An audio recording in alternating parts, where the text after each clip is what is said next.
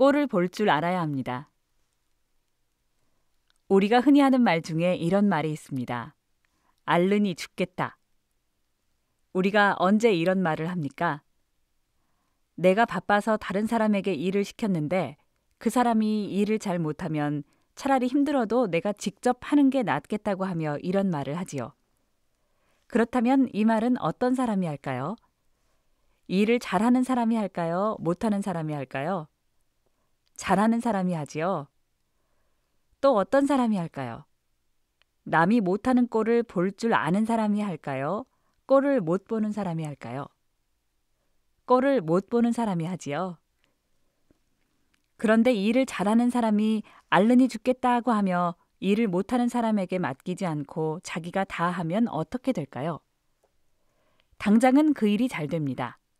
이것은 좋은 점입니다. 그러나 나쁜 점도 있습니다. 나쁜 점은 크게 세 가지입니다. 첫째, 일을 잘하는 사람이 너무 많은 일을 하게 된다는 것입니다.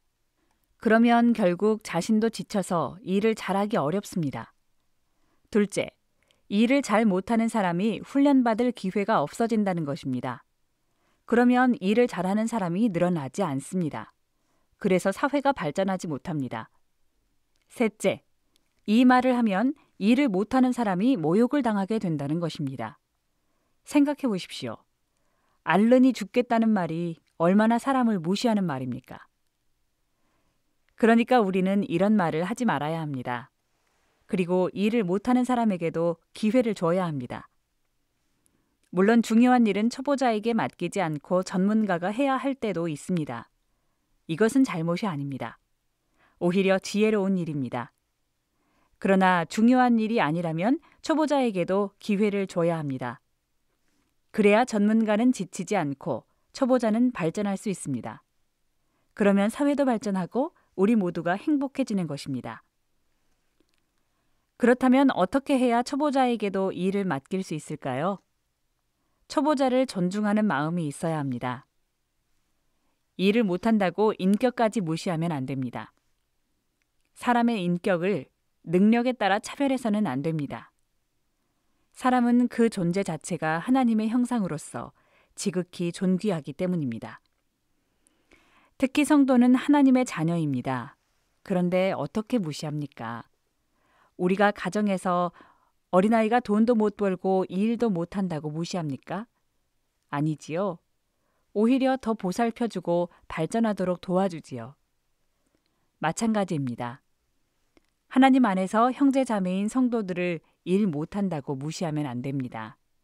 오히려 사랑하며 존중해줘야 합니다. 사랑은 모든 것을 참습니다. 허물을 덮어줍니다. 초신자의 실수도 참아주고 초보자의 미숙한 모습도 참아주는 게 사랑입니다. 허물을 들추어내서 비웃지 말고 오히려 허물을 덮어줘야 합니다. 허물을 들춰내면 노아의 둘째 아들 함처럼 저주를 받습니다. 허물을 덮어주면 셈과 야벳처럼 축복을 받습니다. 더욱이 우리가 초신자나 초보자의 부족한 모습을 사랑으로 용납해 줄 때 초신자의 신앙이 성장하고 초보자의 능력이 자라게 됩니다. 그러면 우리 교회와 사회가 발전하고 우리 모두가 더 행복한 삶을 살게 되는 것입니다. 우리 모두가 사랑과 참음으로 꼴을 볼 줄 아는 사람이 되어 이웃에게 덕을 끼치고 더 좋은 교회와 사회를 이루어 하나님께 큰 기쁨을 드릴 수 있기 바랍니다.